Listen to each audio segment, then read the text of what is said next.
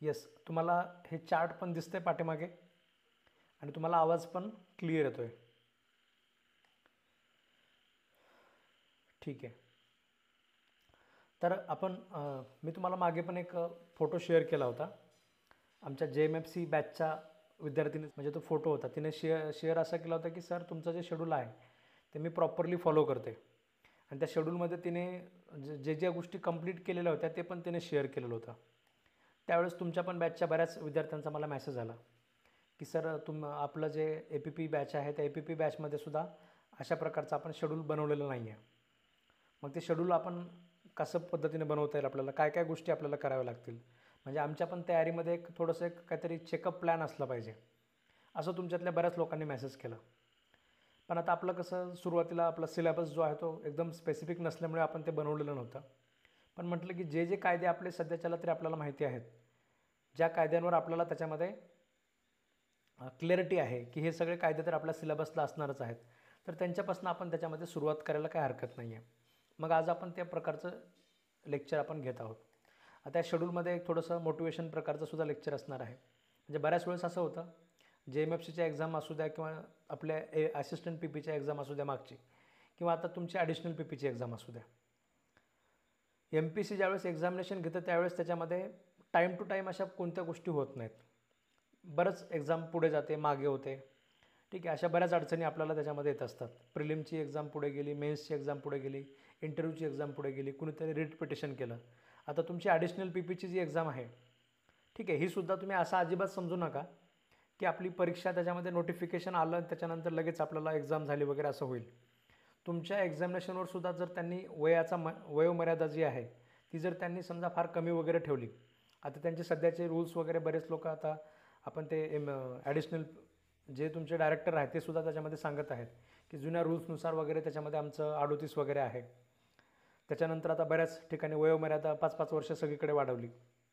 त्यांनी जर समजा ते चुकून 38 वगैरे जर दिलं, तसंच 38च आम्हाला ठेवायचं आहे, त्यांचं सध्याच्याला म्हणणं तेच आहे की आम्ही 38 वगैरे ठेवणार.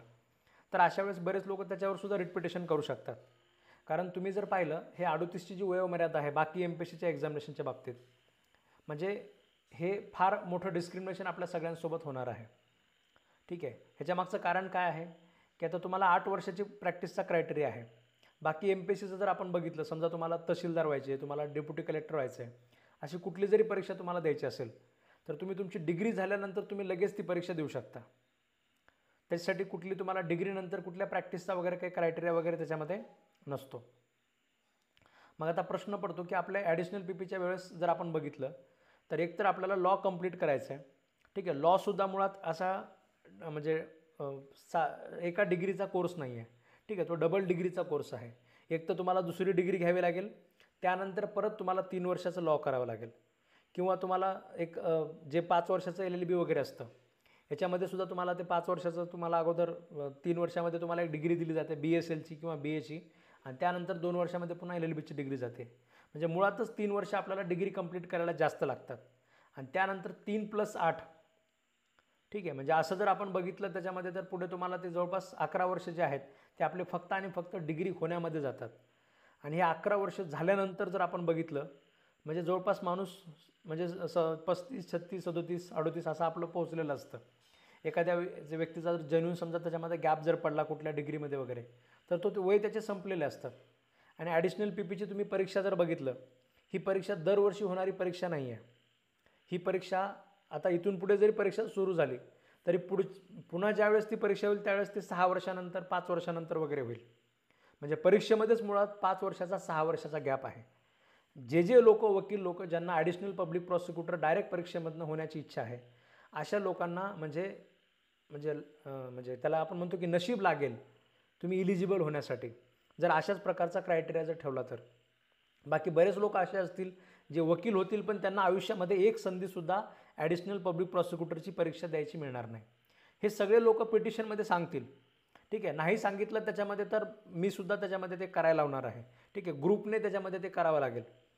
कारण आपण बाकी लोकांच्या अधिकारासाठी वगैरे आपण भांडतोय, पण वकील म्हणून जर समजा तुम्हाला तुमच्यासोबत अशा प्रकारचा अन्याय होत असेल की मुळातच ज्या परीक्षेसाठी 11 वर्ष ते लागतात तुमचे ह्याचे, आणि त्यानंतर 6 वर्ष हे लागतात, म्हणजे असंच पकडून चाला की 17 वर्ष 17 वर्षाचा स्पॅम असा आहे ज्याच्यामध्ये परीक्षा देता येत नाही.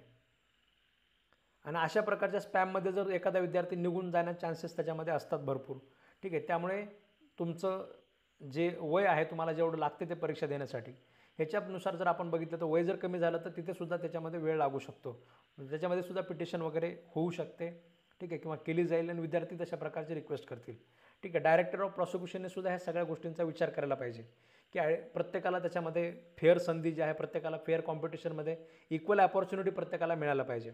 पण काही वकील लोकांना जर बाकी MPSC सारखी इक्वल अपॉर्च्युनिटी मिळत नसेल तर ते मात्र चुकीचं आहे.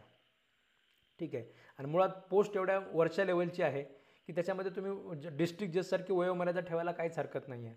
जर त्यांचे सर्व्हिस रूल्स त्यांनी आता जे अपडेट करत आहेत ते जर त्यांनी अशा पद्धतीने अपडेट केले नाहीत तर तुम्हाला बाकी लोकांना फाईटसुद्धा त्याच्यामध्ये करावं लागेल.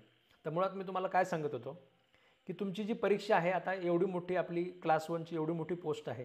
ह्या पोस्टमध्ये तुम्ही असं अजिबात समजू नका की लगेच आता पुढच्या 2 महिन्यामध्ये नोटिफिकेशन आलं, त्यानंतर त्याच्यामध्ये मग माझं सिलेक्शन म्हणजे मी लगेच मेन्सची परीक्षा दिली, परत 2 महिन्यामध्ये लगेच इंटरव्ह्यूसाठी क्वालिफाय झालो, इंटरव्ह्यूचा रिझल्ट पण लागला आणि लगेच मला त्याच्यामध्ये पोस्ट मिळून गेली. ठीक आहे, हे असं कुणीही डोक्यात विचार करू नका. ठीक आहे, तुमच्या ह्या प्रोसेसला त्याच्यामध्ये 8 महिने लागू शकतात अजून. ठीक आहे, अजून एखादं वर्षसुद्धा लागू शकतं. मग सगळ्यात महत्त्वाचं काय असतं या प्रोसेसमध्ये आपल्याला जे आहे ते आपलं संयम जो आहे, ठीक आहे, तो संयम आपल्याला त्याच्यामध्ये टिकून ठेवावा लागेल. आणि संयम टिकून ठेवण्यासाठी हे जे शेड्यूल आहे हे शेड्यूल तुम्हाला त्याच्यामध्ये वेळोवेळी मदत करत राहील.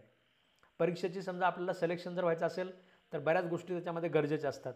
इथे जे मी तुम्हाला दिलेलं आहे प्रत्येक जो विषय आहे त्या विषयाचे म्हणजे लाईव्ह लेक्चर तुम्ही बघितले पाहिजेत, तुम्ही त्याचं रेकॉर्डिंग बघितलं पाहिजे, परत तुम्ही त्याचं बघितलं पाहिजे, तुमचे नोट्स त्याच्यामध्ये स्वतःचे प्रिपेअर असले पाहिजेत. असे काही क्रायटेरिया मी त्याच्यामध्ये बनवलेले आहेत. मला माझ्या अनुभवातून असं वाटतं की कुठल्याही परीक्षेची जर समजा तयारी करायची असेल, एखाद्या विद्यार्थ्याला सक्सेस व्हायचं असेल, जर त्याने हे शेड्यूल जर फॉलो केलं तर अशा वेळेस त्याच्या यश मिळण्याचे चान्सेस जे असतात ते एकदमच वाढून जातात. ठीक आहे, म्हणजे बाकीच्या विद्यार्थ्यांपेक्षा त्याला थोडंसं ॲडव्हान्टेज असतं कारण तो या सगळ्या प्रोसेसमधून तो गेलेला आहे. त्यामुळे हे शेड्यूल तुम्हाला स्ट्रिक्टली त्याच्यामध्ये फॉलो करायचं आहे आणि प्रत्येकाला हे शेड्यूल आपल्याला क्रॉस चेक करायचं आहे.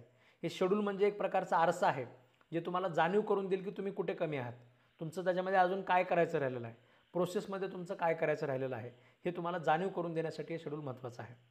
तर काय आपल्याला करावं लागतं, कायदे जे आहेत आता इथे मी तुम्हाला प्रॉबेबल जे कायदे आपले आहेत ते मी तुम्हाला इथे ॲड केलेले आहेत. ठीक आहे, बाकीचे सुद्धा बरेच कायदे आपल्याला या ठिकाणी एक्झामिनेशनमध्ये असू शकतात किंवा ह्याच्यातले काही 2-4 कायदे ते लोक वगळू शकतात. ठीक आहे, काही जरी त्याच्यामध्ये केलं तर ह्याच्यातले कायदे तसे वगळण्याचे चान्सेस कमी आहेत, पण अजून काही त्याच्यामध्ये कायदे ॲड होऊ शकतात. अजून मेमोरंडम वगैरे सुद्धा त्याच्यामध्ये आपल्याला वेगळं त्याच्यामध्ये बघावं लागतं. त्यानंतर एसे वगैरे सुद्धा आपल्याला त्याच्यामध्ये वेगळा तयार करावा लागतो. हे सगळं तर बाकीचं त्याच्यामध्ये आहेच जे नवीन ॲड होणार आहे, पण सध्याच्याला तयारी सुरू करण्यासाठी ह्या सगळ्या गोष्टी आपल्याला करायच्या आहेत. ठीक आहे, पहिलं काय की आता तुम्ही जे विषय बघत आहात म्हणजे जो विषय तुम्ही तयारी करायला लागलं त्या प्रत्येक विषयाचं तुम्ही त्याच्यामध्ये लाईव्ह लेक्चर बघणं गरजेचं आहे. ठीक आहे, लाईव्ह लेक्चरचा विषय काय असतो, आता तुम्ही या समजा IPCचे तुम्ही लाईव्ह लेक्चर बघितले तर तुम्ही इथे IPCमध्ये राईट करून टाकणार. ठीक आहे, लाईव्ह लेक्चर आपलं एकदाच होतं त्यामुळे सरळ तुम्ही तिथे राईट करू शकता. मग त्यानंतर आपल्याला क्लिअरिटी येईल की लाईव्ह लेक्चर आपण IPCचे बघितलेले आहेत. लाईव्ह लेक्चर प्रत्येक बघणं का गरजेचं, लाईव्ह लेक्चर हे आपलं इंटरॅक्टिव्ह असतं. आता तुम्ही इथे जे मेसेजेस करत आहात मला तर ते तुम्ही इथे मेसेज करू शकता की तुम्हाला कुठला जरी डाऊट मनामध्ये असेल. रेकॉर्डेड लेक्चरचा एक धोका असा असतो की रेकॉर्डेड लेक्चरमध्ये मी जे मला शिकवायचे तेवढंच मी शिकवणार तुम्हाला आणि त्यानंतर तुम्ही त्याच्यामध्ये तुमच्या मनामध्ये जे प्रश्न उत्पन्न होतील ठीक आहे त्याचं उत्तर तुमचं सुटलेलं नसतं आणि परीक्षेला जर नेमका त्याच्यावरच प्रश्न असेल ठीक आहे तर अशा वेळेस आपलं त्याच्यामध्ये जे नुकसान होतं ते नुकसान पुन्हा भरून निघणार नसतं. त्यामुळे लाईव्ह लेक्चर प्रत्येकाने प्रत्येक विषयाचं बघितलं पाहिजे. ते बघितल्यानंतर आपला हा चार्ट जो आहे त्याच्यामध्ये तुम्ही राईट करून ठेवायचं. हा चार्ट जसं मी तुम्हाला त्या विद्यार्थिनीचा फोटो पाठवला होता आपल्या ऑफिसमध्ये जिथे समजा तुम्ही अभ्यास करतात आपल्या स्टडी रूममध्ये तर त्या स्टडी रूममध्ये तुम्ही हा चार्ट त्याच्यामध्ये लावून ठेवा जिथे तुम्ही बसून अभ्यास करत आहात. तर त्याच्यामध्ये पहिलं हे झालं. दुसरं तुम्ही त्या विषयाचे रेकॉर्डिंगसुद्धा बघितले पाहिजेत. रेकॉर्डिंग कशासाठी बघितले पाहिजेत मी प्रत्येक गोष्टीचं तुम्हाला कारण पण सांगतो आहे. आता एखादी गोष्ट आपण लाईव्हमध्ये वगैरे समजा आपण बघितल्यानंतर थोडंसं आपल्या डोक्यामध्ये त्याचा कन्सेप्टमध्ये क्लॅरिटी वगैरे आलेली असते. पण तुम्ही जर त्या गोष्टीचं लेक्चर परत ते बघितलंच नाही कुठलं तर मनामध्ये कधीतरी कन्फ्युजन क्रिएट होण्याचे चान्सेस असतात. परीक्षा समजा तुमची 6, 7, 8 महिन्यानंतर परीक्षा झाली मग 8 महिन्यानंतर परीक्षा झाल्यानंतर तुमचं ते एकदा बघितलेलं ते विसरून गेलेलं असतं. ठीक आहे, तर त्याच्यासाठी तुम्ही रेकॉर्डिंग परत परत थोडंसं बघणं गरजेचं आहे. रेकॉर्डिंग ज्यावेळेस तुम्ही परत परत बघणार तो कन्सेप्ट तुमचा कॉन्क्रीट होईल. ठीक आहे, कॉन्क्रीट झाला म्हणजे तुम्हाला त्याच्यामध्ये कन्फ्युजन कुठलंही राहणार नाही. ठीक आहे, इंटरव्ह्यूमध्ये वगैरे जर समजा तुम्हाला प्रश्न विचारला तर अशा वेळेससुद्धा आपल्याला त्याच्यामध्ये त्याचा कन्फ्युजन वगैरे नसल्यामुळे थोडंसं क्लॅरिटी त्याच्यामध्ये असणार आहे. त्यामुळे तुम्ही प्रत्येकाने त्याचं रेकॉर्डिंग वगैरे सुद्धा बघायला पाहिजे. आता रेकॉर्डिंग तुम्ही परत परत बघू शकता, तर रेकॉर्डिंगला राईट करायचं नाही. ठीक आहे, रेकॉर्डिंगच्या पुढे तुम्ही एकदा बघितलं रेकॉर्डिंग त्या विषयाचं की तुम्ही त्याला एक अशी उभी रेष तुम्ही मारू शकता. ठीक आहे, दुसऱ्यांदा तुम्ही त्याचे रेकॉर्डिंग बघितले तर तुम्ही त्याला दुसरी रेष मारायची, तिसऱ्यांदा बघितले तर तिसरी रेष मारायची. ठीक आहे, अशा 4 रेष झाल्या की 5वी रेष अशी आडवी मारून घ्यायची. ठीक आहे, असं 5 वेळेस म्हणजे खूप जास्त झालं. एवढ्या वेळेस काही बघत बसायची गरज नाही. पण ज्यांना वाटतं की एखादा तुमचा अवघड विषय आहे, तुम्हाला त्याचं लेक्चर परत परत बघणं गरजेचं आहे, समजा आरमसॅटसारखा कायदा आहे, ठीक आहे, किंवा NDPS सारखा कायदा आहे, त्याच्यातले शब्द वगैरे लक्षात राहत नाहीत, डेफिनेशन लक्षात राहत नाहीत, तर तिथे तुम्ही 4-5 वेळेस बघितलं तरी काही प्रॉब्लेम नाही आहे. ठीक आहे, तर तसं तुम्ही करू शकता. तर हे झालं तुमचं रेकॉर्डिंग आणि त्याचा पर्पज काय गरज आहे ते बघण्याचा. ठीक आहे, तर दुसरं जर तुम्ही बघितलं, एक मिनिट हां, त्या रेकॉर्डिंगनंतर तुमचं जे आहे नोट्स मेकिंग. ठीक आहे, आता नोट्ससुद्धा जे आहेत आपल्या प्रत्येकाने आपल्या स्वतःचे नोट्स त्याच्यामध्ये बनवायचे आहेत, जे आपण क्लासमध्ये तुम्हाला डिक्टेट करतो आहे. ठीक आहे, स्वतःचे म्हणजे तुम्हाला वेगळं काही करायचं नाही आहे.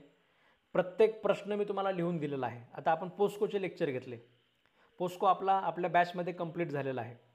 प्रत्येक पोस्कोवर जो प्रॉबेबल प्रश्न विचारला जाऊ शकतो तो मी तुम्हाला लिहून दिलेला आहे. तो तुमच्या नोट्समध्ये जशाच तसा असला पाहिजे. त्यानंतर आपण ज्या पद्धतीने ते लिहिलेलं आहे, म्हणजे सुरुवातीला आपण इंट्रो लिहिला, त्याच्यामध्ये 2 पॉईंट आपण लिहिले. त्यानंतर आपण त्याच्यातलं एखादं समजा डेफिनेशनचा पॉईंट आहे, डेफिनेशन आपण लिहिली, डेफिनेशनमध्ये 1-2 पॉईंट आपण बनवले. त्यानंतर समजा त्याचं दुसरं काही त्याच्याबद्दल रिलेटेड असेल, समजा पनिशमेंट असेल तर पनिशमेंटचं आपण लिहिलं, प्रोहिबिशन असेल त्याचं प्रोहिबिशन आपण लिहिलं. त्यानंतर केस लॉज आपण लिहिले, मग केस लॉजचं आपण त्याच्यामध्ये 1-2 पॉईंट आपण टाकले. ठीक आहे, असं करून आपल्या त्या लाँग क्वेश्चनमध्ये समजा 16-17 पॉईंट आपण टाकले. शॉर्ट नोटमध्ये आपण समजा 10-12 पॉईंट आपण टाकले. हे जे प्रॉपर जसं डिक्टेट केलेलं आहे क्लासमध्ये, ठीक आहे, अगदी त्याच पद्धतीने तुमचे प्रत्येकाचे नोट्स मेंटेन असले पाहिजेत. ठीक आहे, आता तुम्हाला एक कॉन्फिडन्स आला असेल, पोस्को आपण बघितला, NDPS आपण बघितला, हे सगळे विषय आपण क्लासमध्ये ज्या पद्धतीने आपण बघितलेले आहेत, एक कॉन्फिडन्स तरी तुम्हाला नक्कीच आला असेल की आपण त्याच्यामध्ये डिस्क्रिप्टिव्ह आता कुठला जरी प्रश्न आला तरी आपण लिहू शकतो. ठीक आहे, म्हणजे मी तुम्हाला काही कॉमन केस लॉसुद्धा सांगितल्या, त्याचं पण मी इथे एक फोल्डर बनवलेलं आहे. ठीक आहे, त्याच्याबद्दल पण मी तुम्हाला सांगेल नंतर. पण प्रत्येकाने अशा सुंदर पद्धतीने आपले जे नोट्स आहेत आपल्या अक्षरामध्ये त्याच्यामध्ये मेंटेन केले पाहिजेत. ठीक आहे, हे नोट्स मेकिंग जे आहे ही एक रायटिंग प्रॅक्टिस पण आहे. तुम्ही प्रत्येकजण 10-10 वर्ष 8-8 वर्ष प्रॅक्टिसमधले लोक आहात. पेन पकडून कितीतरी वर्ष झालेत हातामध्ये. त्यामुळे रोज संध्याकाळी आपण जे लिहून घेतो आहे ते प्रामाणिकपणे तुम्ही प्रत्येकाने मेंटेन करणं गरजेचं आहे. आपलं लेक्चर ऐकत असताना जेवण करत बसणे किंवा असं काही प्रकार वगैरे करू नका. पेन आणि वही घेऊनच त्याच्यामध्ये बसा आणि त्याच पद्धतीने तुम्ही ते कंप्लीट करा. ठीक आहे, तर हे झालं नोट्स मेकिंगचं. त्याच्यानंतर जर तुम्ही बघितलं त्या नोट्सचे रिव्हिजन आता आपण करणं गरजेचं आहे. ठीक आहे, हा कॉलम मी जाणीवपूर्वक असा मोठा ठेवलेला आहे. हा मोठा का ठेवलेला आहे? कारण तुमचे नोट्सचे प्रत्येकाच्या त्याच्यामध्ये प्रत्येक आपल्या वहीचे जवळपास 10 तरी कमीत कमी रिव्हिजन होणं गरजेचं आहे. ठीक आहे, समजा आपण पोस्कोचे आपण किती पेजेस लिहिलेले आहेत तुमच्यापैकी कोणी सांगू शकतं का? पोस्कोचे जे आपण आपल्या वहीमध्ये जे आपण नोट्स मेंटेन केलेत साधारणतः किती पेजेस झालेत? तुम्हाला कुणाला अशी सवय आहे का की आपल्या वहीवर पेज नंबर टाकायची? ठीक आहे, म्हणजे 1, 2, 3 असे पेज नंबर टाकायची, शेवटी इकडे इंडेक्स बनवायचं. हे सगळं पण तुम्हाला करावं लागेल. आपली जी वही आपण एकच वही बनवलेलं आहे, एकच रजिस्टर बनवलेलं आहे, त्याच्यामध्ये पुढे पोस्को ॲक्ट या पेजपासून या पेजपर्यंत आहे असं तुम्ही इंडेक्स त्याच्यामध्ये बनवून ठेवा. आणि त्याला पुढे वर आपल्याला पुन्हा स्ट्रिप पण लावायच्यात, म्हणजे रिव्हिजन करत असताना तो कायदा तुम्हाला एकदम कमी वेळेमध्ये उघडता येईल. प्रत्येक वेळी ते असं चेक करत बसायची काही गरज पडणार नाही. ठीक आहे, येस कोणतरी सांगतं आहे 32 पेजेसपर्यंत झालेलं आहे. प्रत्येकाचं हँडरायटिंग डिफर करतं, त्यामुळे थोडंसं ते इकडे इकडे होऊ शकतं. ठीक आहे, येस काही लोकांनी ते 15-20 पेजेसमध्येच ते लिहिलेलं आहे. काही लोकांचं ते थोडं जास्त झालेलं आहे, समजा 32 काही लोकांनी 38 पेजेसपर्यंत लिहिले. असो, महत्त्वाचं काय आहे की तुम्ही जे लिहिलेलं आहे तो कंटेंट जो आहे, म्हणजे एक आपण जर धरला तर 20 ते 25 पेजेसचा तो कंटेंट आहे. 20 ते 25 पेजेसचा कंटेंट जर रिव्हिजन करायचं म्हणलं तुम्हाला फार तर फार त्याच्यामध्ये 3 तास लागतात सुरुवातीला. आणि तुम्ही त्याच्यानंतर तुम्ही परत पोस्कोचं रिव्हिजन जर करायचं म्हणलं तर ते 2 तास 1 तास आणि एक वेळ अशी येते की आपल्याला पोस्कोचं रिव्हिजन करायला फक्त आणि फक्त 15 मिनिट लागतात. ह्या 30 पेजेसचं रिव्हिजन करण्यासाठी 15 मिनिटामध्ये कमीत कमी वेळ तुम्हाला त्याच्यामध्ये करू शकता. त्यामुळे एक रिव्हिजन झालं की एक रेष ओढायची, दुसरं रिव्हिजन झालं की दुसरी रेष ओढायची, तिसरं रिव्हिजन झालं की तिसरी रेष ओढायची. ठीक आहे, असे कमीत कमी प्रत्येक जे नोट्स तुम्ही घेत आहात त्याचे तुमचे 10 रिव्हिजन त्याच्यामध्ये व्हायला पाहिजेत. ज्यावेळेस तुमचे पोस्कोचे 10 रिव्हिजन होतील, पोस्कोवर कुठलाही प्रकारचा प्रश्न येऊ द्या, ठीक आहे, तुम्हाला विचार करायला त्याच्यामध्ये अजिबात वेळ लागणार नाही. ठीक आहे, तुम्ही आपलं पटकन तुमच्या डोक्यामध्ये कंटेंट तयार असेल, तुमच्या डोक्यामध्ये असेल की ते आपण हे 3 जजमेंट लिहू शकतो, बस जजमेंट आले आपले. त्याच्यानंतर तुमच्या डोक्यामध्ये येईल की ते आपण हे सेक्शन लिहू शकतो. त्याच्यानंतर तुमच्या डोक्यामध्ये येईल की ते आपल्याला हे 5 सबहेडिंग बनवायचे आहेत. ठीक आहे, 5 सबहेडिंग बनवायचे आहेत, एवढे सेक्शन आहेत आणि एवढे केस लॉज आहेत. एवढं एकदा आपल्या डोक्यामध्ये लगेच रिमाइंड झालं, कारण आपण त्याचे 10 रिव्हिजन केलेले आहेत, लगेचच्या लगेच आपल्याला उत्तराला सुरुवात करता येते. ठीक आहे, जे लोक उत्तर लिहित असताना अगोदर तिथे जाऊन परीक्षेमध्ये जाऊन विचार करत बसतात की मी याचं सुरुवात कशी करू, शेवट कशी करू, ठीक आहे, त्यांची फार गफलत होऊन जाते. म्हणजे उत्तर लिहिल्यानंतर लक्षात येतं की मी अगोदर जजमेंट लिहायला पाहिजे होतं. उत्तर लिहिल्यानंतर लक्षात येतं की मी अगोदर हे पॉईंट लिहिले असते तर ते थोडं जरा त्याची रिडॅबिलिटी वाढली असती, किंवा एक्झामिनरचा थोडासा दृष्टिकोन त्याच्याबद्दल जरा चांगला झाला असता, किंवा सगळं काही व्यवस्थित झालं असतं. हे बऱ्याच वेळेस असं शेवटी लक्षात येतं. जजमेंट लिहित असताना हे जजमेंट लिहिलं असतं, दुसरं जजमेंट लिहिलं असतं तर ते मोस्ट रिलेव्हंट जजमेंट होतं. अशा प्रकारचं सुद्धा आपल्या बाबतीत होऊ शकतं. पण 10 रिव्हिजन केले असेल तर आपल्याला क्लॅरिटी असते की हे 3 जजमेंट लिहिणार आहे, हे उत्तर लिहिणार आहे, हे सेक्शन लिहिणार आहे आणि हे अशा अशा पद्धतीच्या सबहेडिंग बनवणार आहे. हे बनवायला तुम्हाला फार जास्त वेळ लागणार नाही. ठीक आहे, येस, फार तर फार 15 मिनिटामध्ये तुम्हाला रिव्हिजन होतात आणि 10 रिव्हिजन करणं काही फार मोठी गोष्ट नाही आहे. त्यामुळे फार असं घाबरून वगैरे जायचं काही कारण नाही आहे. ठीक आहे, हे झालं तुमचं नोट्स रिव्हिजन. त्याच्यानंतर जर तुम्ही बघितलं, तुम्हाला इथे बेअर ॲक्ट रीडिंग दिलेलं आहे. ठीक आहे, तर बेअर ॲक्ट रीडिंगसुद्धा आपण प्रत्येकाने करणं गरजेचं आहे. असं अजिबात समजू नका की सगळं काही त्याच्यामध्ये सरांनी लिहून दिलेलं आहे, मग आता मी बेअर ॲक्ट वगैरे वाचत बसायची काही गरज नाही आहे.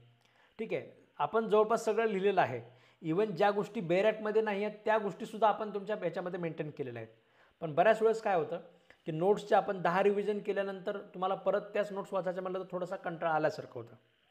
मग अशा वेळेस थोडंसं आपले स्वतःचे सुद्धा इंटरप्रिटेशन स्किल वाढण्यासाठी, किंवा बेअर ॲक्टचं आपलं त्याच्यामध्ये आपलं एक हँड त्याच्यावर बसण्यासाठी, अजून त्याच्यामध्ये थोडंसं वेगळे बारकावे वगैरे शोधण्यासाठी तुम्ही बेअर ॲक्टचे रीडिंगसुद्धा त्याच्यामध्ये कंप्लीट करायला पाहिजे. बेअर ॲक्टचे तुम्ही कमीत कमी 3 रीडिंग तरी तुम्ही करायला पाहिजे. एक रीडिंग आपलं ॲटोमॅटिक क्लासमध्येच होतं. मी तुम्हाला प्रत्येक लेक्चर शिकवत असताना मी तुम्हाला पाठीमागे बेअर ॲक्ट ठेवलेला असतो. त्या बेअर ॲक्टला आपण हायलाईट वगैरे केलेलं असतं.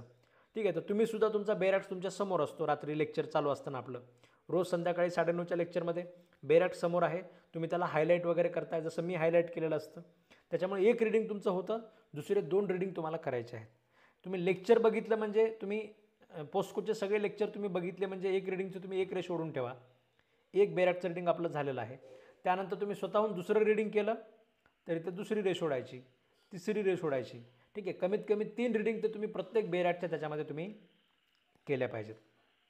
ठीक आहे, आता हे झाल्यानंतर काय काय आपण केलं आता, म्हणजे प्रत्येक विषयासाठी आपण काय काय बनवलं. पहिलं तुम्ही काय केलं की लाईव्ह लेक्चर तुम्ही कंप्लीट केले. एक राईट करून द्यायचं, लाईव्ह लेक्चर परत परत बघायचा प्रश्नच नाही. दुसरं त्याचं तुम्ही नोट्स थ्रू रिव्हिजन केलं, त्याच्यामध्ये मग तुमचे बरेच परत परत होतील. त्याच्यानंतर नोट्स मेकिंग तुम्ही केलं. नोट्स मेकिंग केलं की याला राईटच करायचं, परत परत नोट्स मेकिंगचा काही प्रश्न नसतो. नोट्स रिव्हिजन मी तुम्हाला सांगितलं कमीत कमी 10 व्हायला पाहिजेत. ठीक आहे, 4 रेषा ओढल्यानंतर 5वी आडवी, परत 1 2 3 4 5 आणि परत आडवी अशी, असं सुद्धा तुम्ही करू शकता. किंवा तुम्हाला वेगळं साईन करायचं असेल तर तुम्ही वेगळं करू शकता. डॉट वगैरे द्यायचे असेल तर डॉट वगैरे द्या वाटलं तर. बेअर ॲक्ट रीडिंग मी तुम्हाला सांगितलं कमीत कमी 3 पाहिजेत. आणि त्यानंतर सगळ्यात महत्त्वाचा पार्ट, ठीक आहे, हा सुद्धा महत्त्वाचा पार्ट आहे. मी जवळपास तुम्हाला प्रत्येक शॉर्ट नोटमध्ये, प्रत्येक लॉंग क्वेश्चनमध्ये मी तुम्हाला 1-2 जजमेंट लिहून दिलेत. ठीक आहे, काही जजमेंट मी तुम्हाला असे लिहून दिलेत NDPS ॲक्टमध्ये वगैरे की हे जजमेंट तुम्हाला NDPS ॲक्टच्या जवळपास कुठल्याही प्रश्नामध्ये तुम्हाला लिहिता येतील. हे सगळीकडेच रिलेव्हंट आहेत. तर ते जे मी तुम्हाला जजमेंटची लिस्ट काढून दिलेली आहे, जजमेंट जे मी तुम्हाला बनवून दिलेले आहेत, तर त्या सगळ्या जजमेंटची म्हणजे आपलं विषय संपल्यानंतर तुम्ही त्याची एक लिस्ट ऑफ केस लॉज बनवा. ठीक आहे, पोस्को म्हणजे IPCची तुम्ही एक लिस्ट ऑफ केस लॉज बनवा. त्या केस लॉ त्या लिस्टमध्ये तुम्ही कंटेंट लिहावं असं काही गरजेचं नाही, फक्त एक लिस्ट बनवायची. जसं आपण तुम्ही समजा कोणी PhDला वगैरे असाल, तुम्ही एखादा आर्टिकल वगैरे पब्लिश करत असाल, तर आपण शेवटी एक लिस्ट ऑफ केस लॉज आपल्याकडे असते.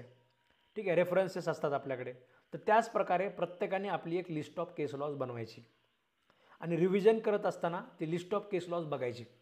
मग बघितल्यानंतर समजा पहिल्यांदा तुम्हाला त्याच्यामध्ये लिहिलं तुफान सिंगचं जजमेंट आहे, तर आपल्या ती रिव्हिजन करताना त्या तुफान सिंगच्या जजमेंटवर बघून विचार करायचा की तुफान सिंगमध्ये नेमकं काय सांगितलं आहे.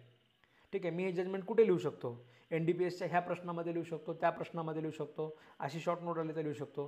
हे सगळं आपल्याला ते जजमेंट बघून आठवलं पाहिजे. त्याच्यानंतर दुसरं जजमेंट तुम्ही बघणार, त्याचं फक्त तिथे नाव असणार तुमच्या लिस्टमध्ये. हे एक नवीन जजमेंट सरांनी कुठेतरी लिहून दिलेलं आहे, याचं माझ्याकडे फक्त नाव आहे. मग ते जजमेंट तुम्ही त्याच्यामध्ये वाचणार. अशा पद्धतीने तुम्हाला प्रत्येकाला पोस्टकोची NDPSची तयारी करायची आहे. हे जे जजमेंट आहेत, हे जजमेंट तुमच्या उत्तराला बाकीच्या लोकांपेक्षा वेगळं बनवणार आहेत आणि तुमचं जजमेंट एक ऑथेंटिक वाटणार आहे. ठीक आहे, मी जे तुम्हाला काल परवा मी आपल्या क्लासचे जे JMFC झाले, त्या तुषार सरांचा त्याच्यामध्ये आम्ही एक मुलाखत घेतली होती, तुम्ही बघितलं असेल. ठीक आहे, 85+ मार्क आहेत त्यांना ह्याच्यामध्ये, म्हणजे क्रिमिनल पेपरमध्ये. 85+ मार्क कसे मिळवता येतील 100पेक्षा, 100च्या परीक्षेमध्ये 100 मार्कापैकी 85 मार्क, तर हे अशा पद्धतीने मिळवता येतात. महत्त्वाचे जे केस लॉज आहेत आपलं उत्तरामध्ये ते ॲडिशन त्याच्यामध्ये करता आलं पाहिजे आपल्याला. ठीक आहे, आता बाकीचे सगळे लोकंसुद्धा महाराष्ट्रातले बऱ्यापैकी कॅन्डिडेट जे आहेत ते चांगल्या पद्धतीने समजा थोडा अभ्यास करतील, कंटेंटमधलं थोडंसं अरेंजमेंट वेगवेगळं असेल, कुठेतरी बऱ्याच ठिकाणी कमी पडतील, पण केस लॉज वगैरे प्रत्येक ठिकाणी ॲड करणं प्रत्येकाला शक्य होणार नाही आहे. पण आपल्या क्लासचे जे सगळे तुम्ही विद्यार्थी आहात, तुम्हाला सगळ्यांना मी ठोकताळे सांगितलेत की हे जजमेंट घ्या. हे जजमेंट NDPSमध्ये कुठेही तुम्हाला बऱ्याच ठिकाणी लिहिता येईल. हे जजमेंट तुम्हाला NDPSमध्ये शॉर्ट नोट आलं तर इथे लिहिता येईल, तिकडे लॉंग क्वेश्चन आलं तर तिकडे लिहिता येईल, असेसुद्धा मी तुम्हाला जजमेंट लिहून दिलेले आहेत.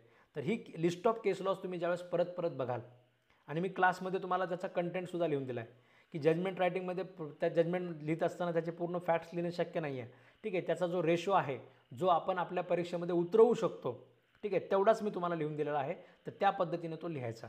बाकी तुम्ही जर समजा जजमेंट पूर्ण लिहित बसले, तुम्हाला सगळं सांगितलेलं जरी असेल स्टोरी, तर सगळं लिहित बसायचं म्हटलं तर बाकीचा पेपर आपला कंप्लीट होत नाही. जजमेंटसुद्धा जसे क्लासमध्ये 2 ओळीमध्ये 3 ओळीमध्ये लिहून दिलेत तेवढेच त्याच्यामध्ये लिहायचे. एक्झामिनरला फक्त आपल्याला त्याच्या कानावर पोचवायचे की मी फक्त म्हणजे असा घोकमपट्टीवाला किडा नाही आहे, किंवा मी फक्त थोडंसं जे दिसतंय ते पुस्तकी फक्त वाचून तसातला किडा नाही आहे. तर मला सध्याच्यालासुद्धा आजूबाजूला काय होतं आहे तुम्हाला जाणवलं असेल की मोस्ट ऑफ द जजमेंट मी तुम्हाला सगळे एकदम अपडेटेड आणि रिसेंट दिलेले आहेत. ठीक आहे, 2020चे 2025पर्यंत जजमेंट आपण आपल्या क्लासमध्ये लिहून घेत आहोत. ठीक आहे, हे 25चे 23चे 22चे 2021चे अशा प्रकारचे जजमेंट आपल्या उत्तरामध्ये आपण मेंटेन करत आहोत. तर ते तसे जजमेंट तुम्ही त्याच्यामध्ये लिहायचे, आणि जे जुने असतात ते फार लँडमार्कवाले लिहायचे. ठीक आहे, ज्यांचा रेशो अजूनही कायम आहे, अजूनही कुठल्या केसमध्ये त्यांना ओव्हरूल केलेलं नाही आहे, अशाच प्रकारचे फक्त जजमेंट आपण लिहायचे. आपलं पेपर चेकिंग करणाऱ्याला जर लक्षात आलं ह्याने जे जजमेंट लिहिलेलं आहे हे तर ओल्ड जजमेंट आहे, ठीक आहे, हे तर कोर्टाने केव्हाचं ओव्हरूल केलं, असं जर लक्षात आलं तर आपल्याबद्दल त्याचा एक निगेटिव्ह दृष्टिकोन निर्माण होऊ शकतो आणि आपले मार्क त्या ठिकाणी मग कापले जाऊ शकतात. ठीक आहे, त्यामुळे अजिबात काळजी घ्यायची की आपलं जे जजमेंट आहे ते ओव्हरूल केलेलं जजमेंट अजिबात नसायला पाहिजे. आपल्या नोट्समध्येच आपण सगळे प्रॉपर जजमेंट तुम्हाला अपडेटेड लिहित आहोत, तर तेच जजमेंट तुम्ही परीक्षेमध्ये लिहायचे, आणि ह्या लिस्ट ऑफ केस लॉजमध्ये सुद्धा तेच जजमेंट मेंटेन करायचे. ठीक आहे, आणि कुठलं जजमेंट, अजून एक गोष्ट, ठीक आहे, म्हणजे मी काही म्हणजे आपणही भगवान आहे असा काय प्रकार नाही आहे. ठीक आहे, मी एखादं जजमेंट तुम्हाला सांगितलं आणि तुमच्यापैकी कुणाच्या लक्षात आला, तर तुम्ही जवळपास आपल्याकडे म्हणजे जवळपास तुम्ही 300 लोकांच्या तुम्ही जॉईन आहात आपल्याकडे.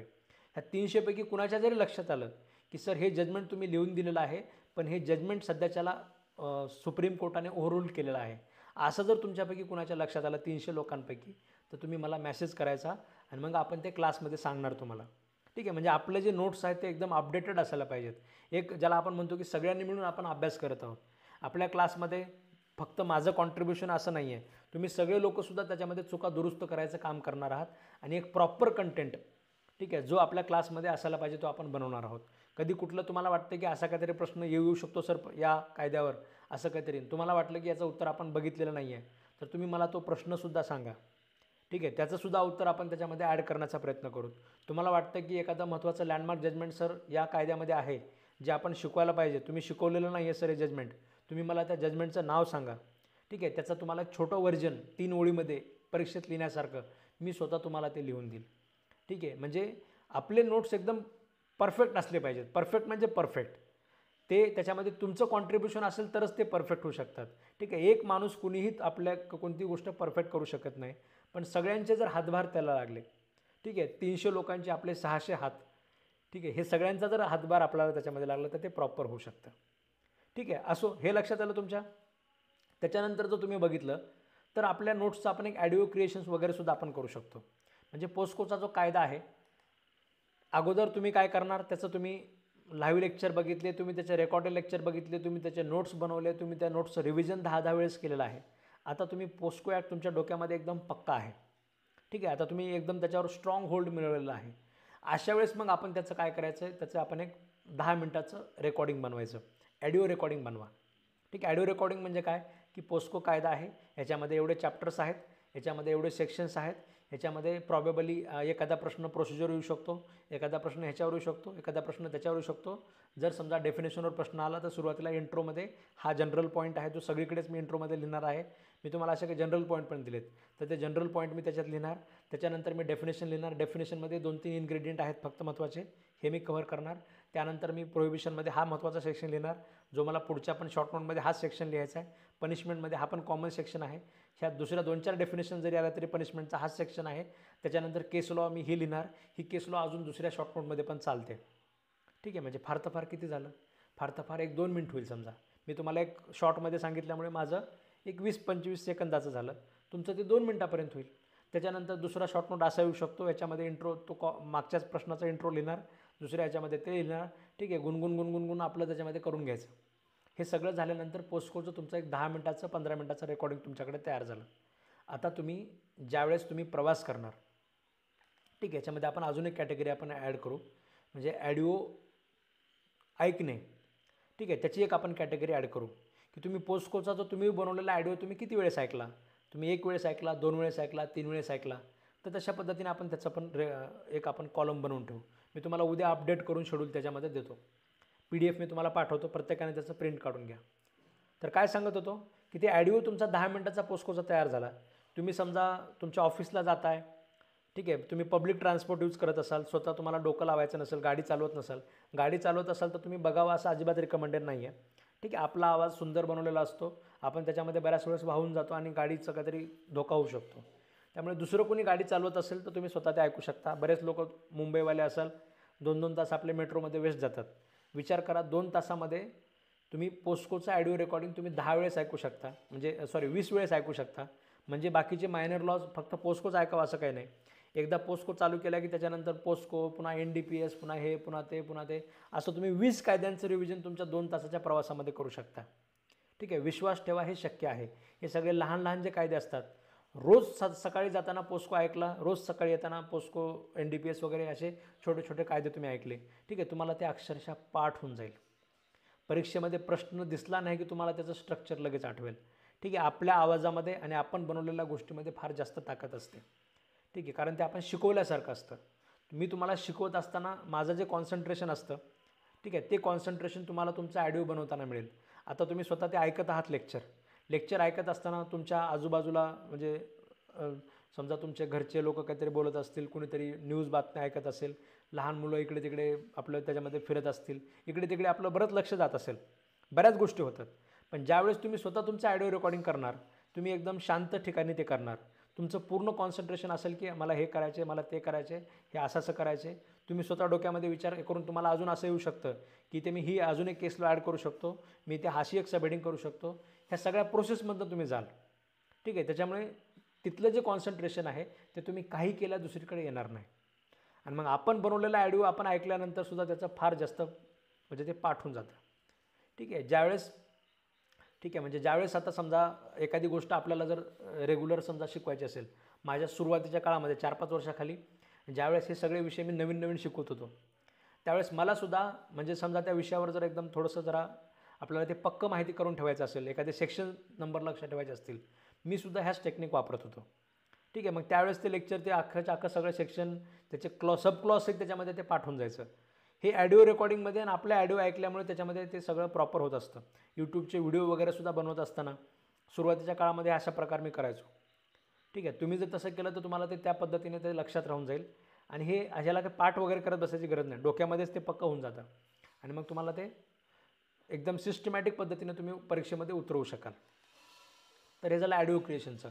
त्याच्यानंतर डिफिकल्ट सेक्शन मार्किंग. आता प्रत्येक जो आपला विषय असतो त्याच्यामध्ये काही महत्त्वाचे सेक्शन नंबर आपल्याला ॲड करायचे आहेत.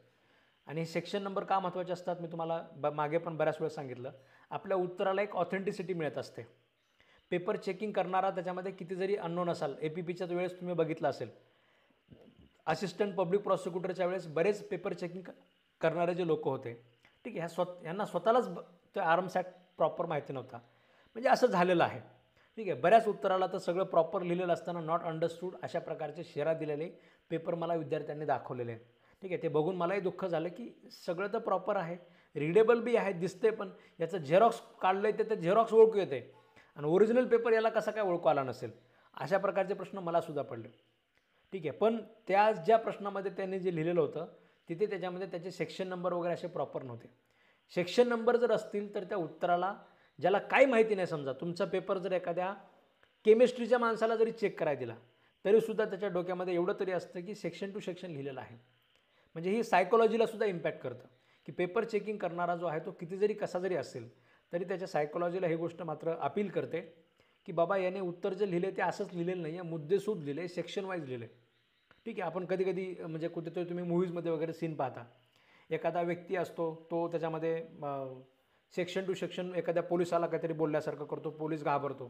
ठीक आहे, कारण साहजिकच आहे, ह्युमन सायकोलॉजी आहे. ज्यावेळेस तुम्ही प्रोव्हिजन घेऊन त्याच्यामध्ये काहीतरी सांगण्याचा प्रयत्न करता त्याला ऑथेंटिसिटी जास्त असते, मार्क देणारा माणूस जास्तच मार्क देतो. केस लॉचे आपण नावं लिहितो.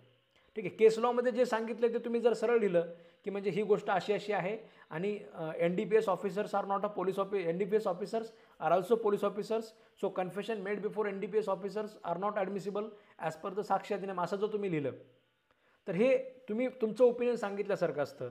मग तुम्ही जर त्याला सोबत लावून दिलं, तुफान सिंग जजमेंटमध्ये कोर्टाने सांगितलेलं आहे, honourable supreme court held in the Toofan Singh judgment की NDPS officers are also police officers, असं जर तुम्ही लिहिलं तर त्याला एक प्रकारे जे आहे, ठीक आहे, त्याला एक क्वालिटी मिळते, त्याला एक ऑथेंटिसिटी मिळते.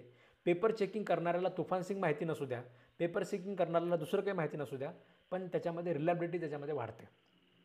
ठीक आहे, त्याने क्रॉस चेक केलं तरी आपण काही चुकीचं लिहिलेलं नाही आहे, पण तरीसुद्धा क्रॉस चेक जरी नाही केलं तरीसुद्धा तुमच्या उत्तरामध्ये तुम्हाला मार्क जास्त मिळतात. 100पैकी आपल्या तनुजसारखे 85+ मार्क जर तुम्हाला मिळवायचे असतील तर ह्याच पद्धतीने तुम्हाला उत्तरं लिहावी लागतील. ठीक आहे, आणि मी जे क्लासमध्ये जेवढं लिहून दिले कंटेंट जजमेंट रायटिंगचा तेवढाच लिहायचा, त्याच्यापेक्षा जास्त लिहित बसले तर मग पुन्हा मला परीक्षेच्या बाहेर आल्यानंतर म्हणाल सर तुम्ही एवढं उत्तर लिहून दिलं, माझे शेवटचे 2 प्रश्नच राहून गेले. ठीक आहे, मी एवढं लिहित बसलो 2 प्रश्न राहून गेले. 2 प्रश्न राहिले म्हणजे सरळ सरळ तुम्हाला उचलून कॉम्पिटिशनच्या बाहेर फेकल्यासारखं आहे. ठीक आहे, काहीच स्किप करायचं नाही. जी प्रत्येक गोष्ट, आता तो आपण काय करतो, एक मार्क जास्त मिळवण्याचा प्रयत्न करतो. तुम्ही 1 मार्क जास्त एका प्रश्नामध्ये मिळवला, दुसऱ्यामध्ये जास्त मिळवला, असे तुम्ही समजा बाकी कॅन्डिडेटपेक्षा 10-12 मार्क तुम्ही जास्त मिळवले आणि शेवटी 20 मार्काचे 2 प्रश्न, म्हणजे समजा 10-10 मार्काचे 2 प्रश्न तुमचे राहून गेले. काय फायदा झाला? लक्षात येतं तुमच्या?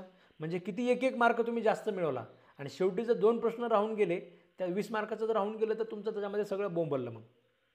ठीक आहे, आणि मेमोरंडमसारखा प्रश्न जर राहून गेला मग तर त्याच्यामध्ये म्हणजे ड्राफ्ट वगैरे काही सांगितलेला असेल तो जर समजा तुमचा राहून गेला मग तर त्याच्यामध्ये आपल्याला पास करायचा विषयच राहत नाही. ठीक आहे, मग तर आपण कॅपेबल आहोत का नाही हाच प्रश्न निर्माण होतो. त्यामुळे सगळं वेळेमध्ये आणि जेवढं मी लिहून दिलं तेवढं प्रिसाईजच लिहायचं, त्याच्यापेक्षा जास्त तुम्ही ॲड करत बसायच्या प्रयत्नात लागू नका. तुम्हाला वाटू शकतं की मी अजून एवढं वाचलं आहे, मला हे 2 पॉईंट ॲड करायचे, ते 2 पॉईंट ॲड करायचे. ठीक आहे, कुठला तरी आपला पॉईंट कमी होतो का बघा मग. ठीक आहे, म्हणजे माझा एखादा कुठला पॉईंट कमी होत असेल आणि तुम्हाला वाटतं की अजून इथे दुसरा एखादा ॲड करतो किंवा माझा पॉईंट अजून थोडासा कमी करतो, कमी साईजमध्ये लिहितो आणि दुसरं काहीतरी ॲड करतो, असं करायचं असलं तर तुम्ही करू शकता. अदरवाईज जेवढं आपण क्लासमध्ये जेवढे उत्तरं लिहिलेले आहेत, पॉईंट टू पॉईंट जे लिहिलेलं आहे त्याच्यापेक्षा जास्त तुम्हाला ॲड करायला स्कोप राहत नाही. ठीक आहे, तर हे झालं त्याच्यामध्ये तुमचं डिफिकल्ट सेक्शनचं मार्किंग. आपला बेरॅक जो आहे त्या इंडेक्समध्ये डिफिकल्ट सेक्शनचं मार्किंग करा. जे सेक्शन्स तुम्हाला लक्षात ठेवायचे आहेत, जे सेक्शन्स तुम्ही सारखं सारखं विसरताय, तर असे सेक्शन्स तुम्ही त्याच्यामध्ये मार्किंग करून घेणं गरजेचं आहे. एकदा तुम्ही मार्किंग केले की सरळ राईट करून टाकायचं. ॲडिओ क्रिएशनला सुद्धा तुम्ही एकदाच करणार आहात, राईट करायचं. ॲडिओ लिस्निंग तुम्ही जे करत आहात तिथे अजून एक कॉलम आपण ॲड करू ॲडिओ लिस्निंगचा, त्याच्यामध्ये 1, 2, 3 असं आपण ॲड करू. ठीक आहे, खास करून जे लोक प्रवासात असतात त्यांना तर हे तुम्ही 100% हे केलं पाहिजे. ज्या लोकांना रोजचा समजा 1 तासाचा 1.5 तासाचा प्रवास आहे, तुम्हाला याचा प्रचंड फायदा होणार आहे, प्रचंड फायदा. ठीक आहे, त्याच्यानंतर माइंड मॅप्स. आता पोस्को जो आहे याच्या प्रत्येक ह्याच्यावर आपण काय करायचं, माइंड मॅप बनवायचे, एक चार्ट बनवायचे. ठीक आहे, चॅप्टरचा असू द्या, त्याच्या सेक्शन्स असू द्या किंवा प्रश्न असू द्या, त्या प्रश्नाचे त्याच्यामध्ये उत्तर असू द्या, हे तुम्ही प्रत्येकजण वेगळ्या पद्धतीने बनवू शकता. तुम्ही ट्री डायग्राम बनवू शकता, तुम्ही त्याच्यामध्ये टेबल वगैरे बनवू शकता. तुम्हाला जे बनवायचे ते बनवा. तुमचं स्वतःचं डोकं तुम्ही जेवढं लावाल ह्याला ठीक आहे. तेवढं त्याच्यामध्ये तुमचं त्याच्यात काम जास्त होईल आणि तुम्हाला ते रिव्हिजन तसं त्या पद्धतीने चांगलं होईल. प्रत्येक विषयाचा तुम्ही एक माइंड मॅप त्याच्यामध्ये एक पेजेसचा 2 पेजेसचा तुम्ही बनवू शकता, जो तुम्हाला परीक्षेच्या शेवटच्या काळामध्ये सुद्धा तुम्हाला तो कामाला येईल. ठीक आहे. म्हणजे अभ्यास करणं जेवढं महत्त्वाचं आहे, तेवढंच ते सगळं डोक्यात ठेवणं आणि ऐनवेळी परीक्षेच्या तोंडावर असताना, ठीक आहे, शेवटच्या आठवड्यामध्ये त्या सगळ्या गोष्टीचं परत परत रिव्हिजन करून दाखवणं, हे तेवढं जास्त महत्त्वाचं आहे. एखाद्या व्यक्तीने समजा फार जास्त दिवस अभ्यास केला, आपले क्लास एकदम प्रॉपर केले, त्याने हे सगळं काही केलं, इथे जे तुम्हाला दिसतं हे स्क्रीनवर, हे सगळं काही जर समजा त्याने केलं आणि सगळं काही केल्यानंतर शेवटी त्याने त्याचं रिव्हिजनच जर चांगलं केलं नसेल, परीक्षेचा आता एकदम डोक्यावर परीक्षा आली, शेवटचा आठवडा आहे, शेवटचा आठवडा त्याने काहीच बघितलं नाही, तर अशा वेळेस एक तर त्याचा कॉन्फिडन्स कमी होऊन जातो आणि ऐनवेळी परीक्षेमध्ये त्याला थोडंसं टेन्शन पण येतं आणि अर्धं तर त्याने रिव्हिजन न केल्यामुळे आठवत नाही आणि बाकीचं त्याला टेन्शनमुळे आठवत नाही, तो एकदम ब्लँक राहून जातो.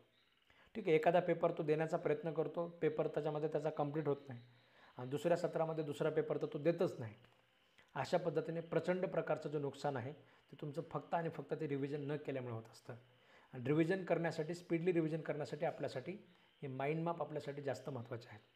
ठीक आहे. हे सगळे जे कायदे मी तुम्हाला इथे बनवून दिलेले आहेत, ठीक आहे, एवढे तरी तुम्ही सध्याच्याला आपण या कायद्यासोबत तरी आपलं शेड्यूल जे आहे याची आपण तयारी सुरू करू शकतो. ठीक आहे. प्रत्येकाने जसं मी तुम्हाला सांगितलं, JMFCच्या बाबतीत मी तुम्हाला एका विद्यार्थिनीचे जे दाखवलं होतं, ठीक आहे, तुम्हाला प्रत्येकाला सुद्धा त्या पद्धतीने तयारी करायची आहे आणि त्याचा फॉलोअप घ्यायचा आहे. रोज संध्याकाळी झोपताना विचार करायचा की माझं अजून किती काम बाकी आहे. मी रेकॉर्डेड लेक्चर बघितलेत का? नाही. मी नोट्स बघितलेत का? नाही. माझा सगळ्याच्या सगळ्या चार्ट अजून कोराच दिसतो आहे.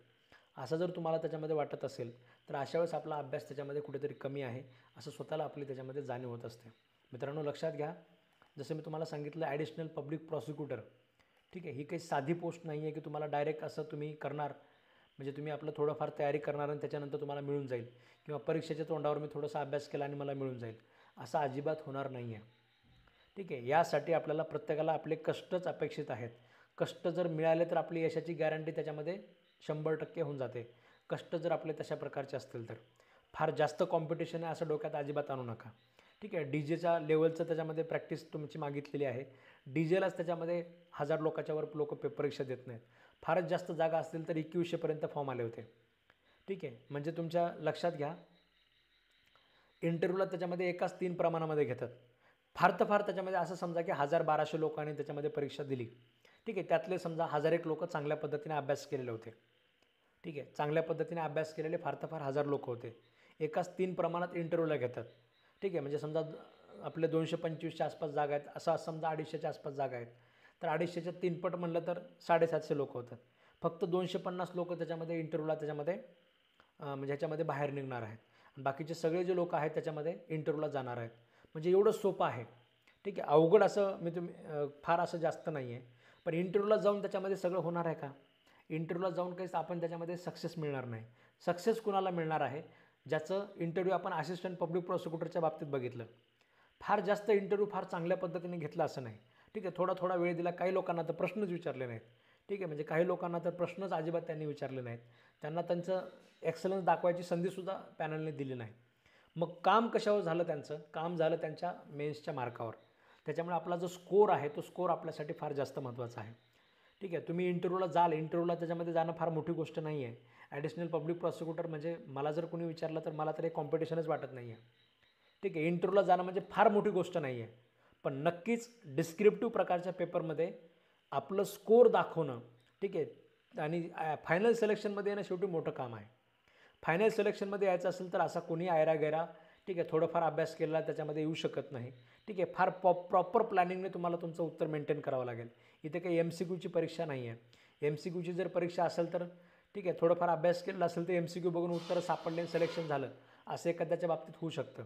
पण डिस्क्रिप्टिव्हच्या बाबतीत तुम्हाला जे मी चार्ट दिलेला आहे, प्रत्येकालाच लाईव्ह लेक्चर बघावे लागतील. प्रत्येकालाच त्याच्यामध्ये तुम्हाला रेकॉर्डेड लेक्चर बघून परत परत ते वाचावं लागेल. प्रत्येकालाच स्वतःचे नोट्स बनवावे लागतील.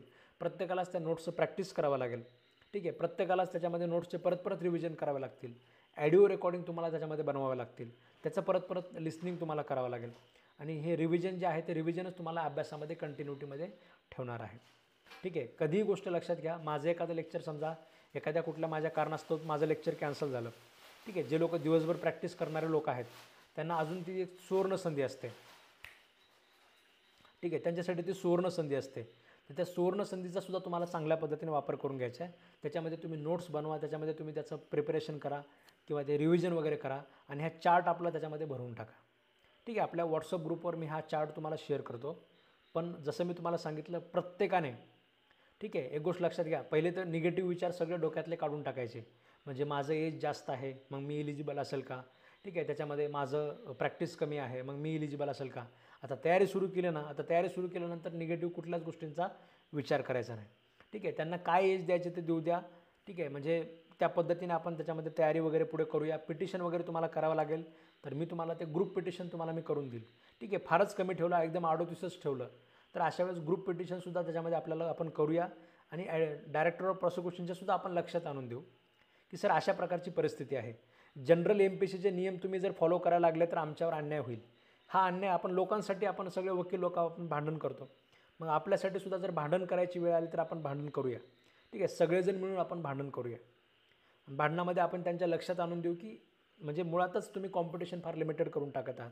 DJचं सुद्धा क्वालिफिकेशन बघा, ज्याच्यामध्ये एवढी वर्ष प्रॅक्टिस दिल्या म्हणजे एवढ्या वयापर्यंत तर आपण संधी दिलेली आहे.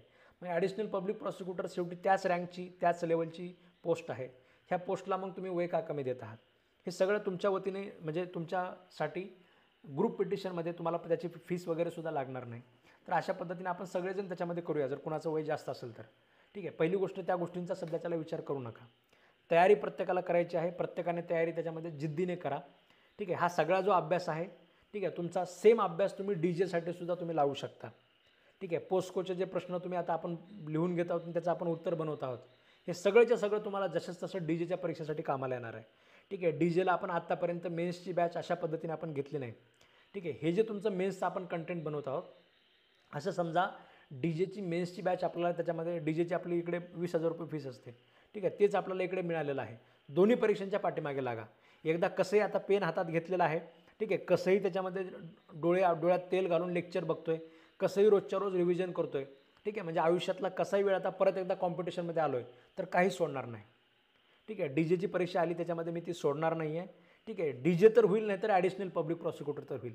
अभ्यास तर वेगळा काही नाही आहे. DJला तुम्हाला फक्त ॲडिशनल सिव्हिलचा अभ्यास करायचा आहे. ठीक आहे, ॲडिशनल सिव्हिलचा मग अभ्यास मी ऐनवेळी त्याच्यामध्ये DJचं नोटिफिकेशन आलं 2-3 महिन्यात पण मी कव्हर करेल. सर एवढं क्रिमिनलचं जरी सगळं तयार केलं तर DJला त्याच्यामध्ये सगळं जसं तसं कामाला येणार आहे. ह्या सगळ्या गोष्टीसुद्धा लक्षात ठेवा. ठीक आहे, आणि मिळवायचे म्हणजे मिळवायचे, आणि जर मिळवायचंच असेल त्याच्यामध्ये तर हे सगळ्या पद्धतीने करायचं. प्रत्येक गोष्ट तुम्ही त्या पद्धतीने कव्हर करायची, कुठलंच काही बाकी ठेवायचं नाही. ठीक आहे, म्हणजे जसं मी तुम्हाला सांगितलं की आपल्याकडनं चूक होऊ द्यायचीच नाही.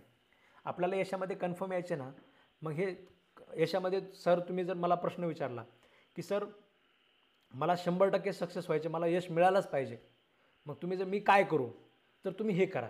हे जे मी तुम्हाला चार्ट दिलेलं आहे, आता आपण सगळ्यांनी फार वेळेमध्ये तयारी सुरू केलेली आहे. ठीक आहे, सगळ्यांनी वेळेमध्ये तयारी सुरू केलेली आहे. रोजच्या रोज आपण त्याच्यामध्ये लिहून घेतो, रोजच्या रोज तुमच्या हाताखालनं काहीतरी जातं आहे, रोजच्या रोज रायटिंग प्रॅक्टिस होते, रोजच्या रोज रिव्हिजन होतं आहे. एवढं सगळं आपण सुरू केलेलं आहे. तर हे बाकीचं सगळं सुद्धा सुरू करा आणि रोजच्या रोज क्रॉस चेक करा. एखादा विषय माझा साईडला पडला आहे का, ह्या विषयाचं मी अजून काहीच केलं नाही, माझं हे पण राहिलेलं आहे, ह्याचे रिव्हिजन राहिलेले आहेत, ह्याचं बेरॅक मी रीड केलेलं नाही आहे. हे सगळं बघून तुम्ही त्याच्यामध्ये तयारी करा. ठीक आहे, तुम्हीसुद्धा आपल्या तनुजसारखे तुम्ही 85+ मार्क तुम्ही त्याच्यामध्ये मिळवू शकता, जर ह्या सगळ्या शेड्यूलचं तुम्ही त्याच्यामध्ये पालन केलं तर. आपल्या क्लासचे सगळे तर तो मुलांमध्ये पहिला आहे. ठीक आहे, आणि मुलींनी खास करून लक्षात घ्या. ठीक आहे, म्हणजे मुलांमध्ये जरी पहिला असला तरी त्याचा 7वा नंबर आहे, पहिल्या 6 त्याच्यामध्ये मुली आहेत. ठीक आहे, म्हणजे एवढं जे डेडिकेशन आहे, मुलींचं जे डेडिकेशन आहे, ठीक आहे, ते मुलांनासुद्धा त्याच्यामध्ये येत नाही. त्यामुळे मुलींनीसुद्धा लक्षात घ्या की तुमचा चान्स जास्त आहे परीक्षेमध्ये मेरिटमध्ये येण्याचा. ठीक आहे, कारण तुमचं जे डेडिकेशन आहे, म्हणजे जे महिलेचं जे डेडिकेशन असतं ते पुरुषांना त्याच्यामध्ये येत नाही थोडंसं. ठीक आहे, आज मित्र निघाले कुठंतरी त्याच्यामध्ये पार्टीला, हे लगेच पार्टीला निघतात. आज मित्र त्याच्यामध्ये निघाले कुठेतरी धबधबा बघायला, ते लगेच तिकडे निघतात. ठीक आहे, तसं तर महिलांच्या बाबतीत नसतं. महिला थोड्याशा कन्सिस्टन्सी जास्त असते आणि थोडंसं सहन केलेलं असतं. ठीक आहे, म्हणजे समाजाने सुद्धा बऱ्याच ठिकाणी बऱ्याच महिलांवर त्याच्यामध्ये अन्याय केलेला असतो. फॅमिलीने आपल्या ज्यांना आपण आपले घरचे मानतो त्यांच्याकडनंच बऱ्याच वेळेस आपल्याला अन्याय झालेला असतो. असे सुद्धा म्हणजे म्हणजे त्यांचं स्ट्रगल पण त्या कारणामुळे सुद्धा असतो. एक मोटिवेशन, त्यांच्याकडे स्वतःचं मोटिवेशन असतं, त्यांना दुसरं कोणी मोटिवेशन द्यायचं नसतं. आणि पुरुषांच्या बाबतीत थोडंसं कसं असतं की थोडं चिल लाईफ म्हणजे असतं, प्रॅक्टिस चालू आहे, ठीक आहे, चालतं आहे, कुणी येऊन याला टोमणे मारत नसतं, कुणी येऊन याला ठीक आहे तुझं काही खरं नाही म्हणत नसतं, काही ना काही त्याच्यामध्ये हा करत राहतो. हे असे बरेच कारणं असतात ज्याच्यामध्ये महिलांचा रेशो जो आहे तो कुठल्याही परीक्षेमध्ये फार जास्त दिसतो आहे आपल्याला. त्यामुळे मुलींनीसुद्धा लक्षात घ्या. ठीक आहे, तुमचं सगळं स्ट्रगल डोळ्यासमोर ठेवा. तुम्हाला ज्याने कुणी आयुष्यात फॅमिलीने कुणी समजा दुसरं कुणी त्रास दिला असेल, ज्याने कुणी तुम्हाला हिणवलेलं आहे, ते सगळं डोक्यात ठेवा. ठीक आहे, पुरुष मंडळींनीसुद्धा आपल्याला आयुष्यात ज्या ज्या लोकांनी हिणवलेलं आहे त्यांना दाखवण्याची ही संधी आहे, हे डोक्यात ठेवा. ठीक आहे, आणि त्या संधीचं सोनं करून घ्या, तर तुम्हाला दाखवता येईल. नाही तर तुम्ही असेच मरून जाल. ठीक आहे, असंच आपण मरून गेलो, लोकांनी आपल्याला हिणवलं, हे केलं ते केलं, आपल्याला एक आयुष्य देवाने दिलेलं होतं. ठीक आहे, ते 7 जन्म वगैरे काही खरं नसतं. हेच आयुष्य आहे. ह्या आयुष्यामध्ये आपल्याला काय काय करायचं ते करून घ्या.